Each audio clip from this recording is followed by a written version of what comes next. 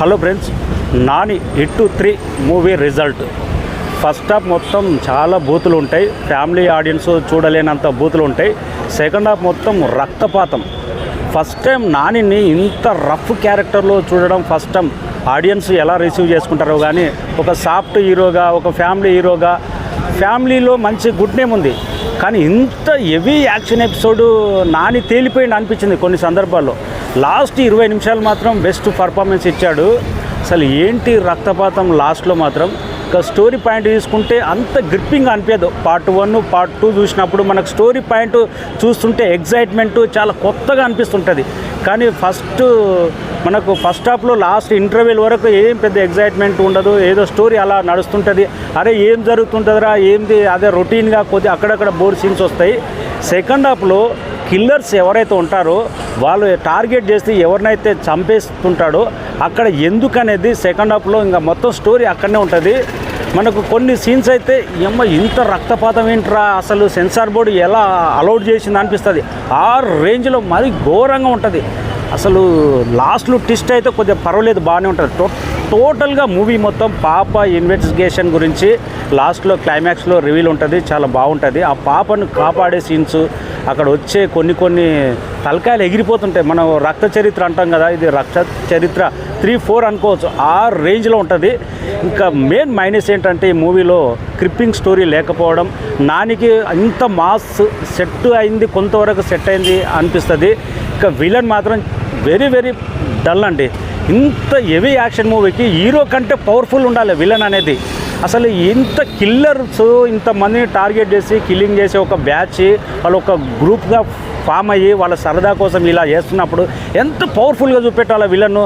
అసలు లాస్ట్లో విలన్ను కిల్ చేసేటప్పుడు హీరో జస్ట్ కామెడీగా అనిపిస్తుంది, ఏ మాత్రం సెట్ అవ్వదు. మనకు రాజమౌళిని చూసి చాలామంది నేర్చుకోవాలి. హీరో ఎంత పవర్ఫుల్ ఉంటాడో, హీరో అంతకన్నా పవర్ఫుల్ ఉంటేనే హీరో మనకు అంత మాస్ ఎలివేషన్ అవుతుంది. దీంట్లో మేజర్ మైనస్ అది.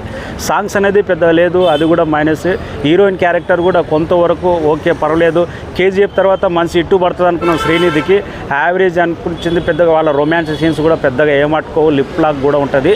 ఇంకా ఫస్ట్ హాఫ్లో మాత్రం ఆ బూతులు ఏంట్రా బాబు, అసలు నాని ఏంటి ఇలాంటి బూతులు ఏంటి, ఫ్యామిలీ ఆడియన్స్ టీవీలో చూసినా కానీ ఎలా నాయన సెన్సార్ కట్ చేయలేదు, వెరీ పచ్చి బూతులు ఉంటాయి. ఈ మధ్యకాలంలో ఫోర్న్ వీడియోస్ ఫాదర్ సన్ మాట్లాడుకునేది అంత అవసరమా అనిపించింది.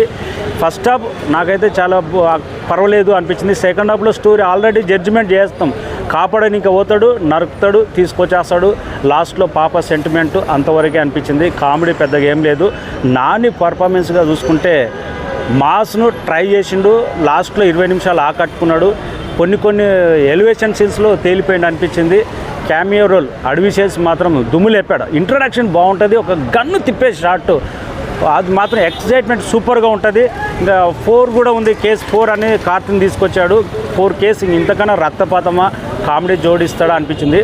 ఫైనల్గా రిజల్ట్ ఏంటంటే శైలేష్ కొల్లూరు మొదటి భాగంతో రెండో భాగంతో కంపేర్ చేస్తే క్రిప్పింగ్ స్టోరీ అనేది చాలా వరకు మిస్ అయిపోయింది. ఓన్లీ నరకుడు ఎలివేషన్స్ లాస్ట్లో 20 నిమిషాలు పడితే సినిమా నిలబెట్టదు. First half creeping story miss అయింది, సీన్ బై సీన్ ఎక్కడ మనకు కనెక్ట్ కాదు. సెకండ్ హాఫ్లో మాత్రం ఆల్రెడీ జడ్జిమెంట్కి వచ్చేస్తాం. హీరో అండర్లోకి వెళ్ళిపోయాడు, ఒక కిల్లర్ డన్లోకి వెళ్ళిపోయాడు. ఆల్రెడీ ఏం జరుగుతాయి అనేది మనం క్లియర్గా జడ్జిమెంట్ చేస్తాం. కానీ లాస్ట్ 20 నిమిషాల వరకు అయితే ఎగ్జైట్మెంట్ అంతే తప్ప స్టోరీ పెద్దగా ఏమనిపించదు. నాకైతే యావరేజ్ మూవీ అనిపించింది. హీరో పర్వాలేదు, డైరెక్టర్ క్రిప్పింగ్ స్టోరీ అనేది మిస్ అయింది అనిపించింది. సినిమా మొత్తం ఇన్వెస్టిగేషన్, కాశ్మీర్ అంటాడు, జైపూర్ అంటాడు, ఎక్కడెక్కడో లోయలు అంటాడు, అడవిలు అంటాడు. సినిమా మొత్తం యావరేజే అనిపిస్తుంది నాకైతే. కాశ్మీర్ సీన్స్ కూడా అంత క్రిప్పింగ్గా ఉండదు. ఫైనల్ రిజల్ట్ నానికి దసరా మూవీ తర్వాత ఒక యావరేజ్ మాస్ మూవీ అని చెప్పుకోవచ్చు అంతే.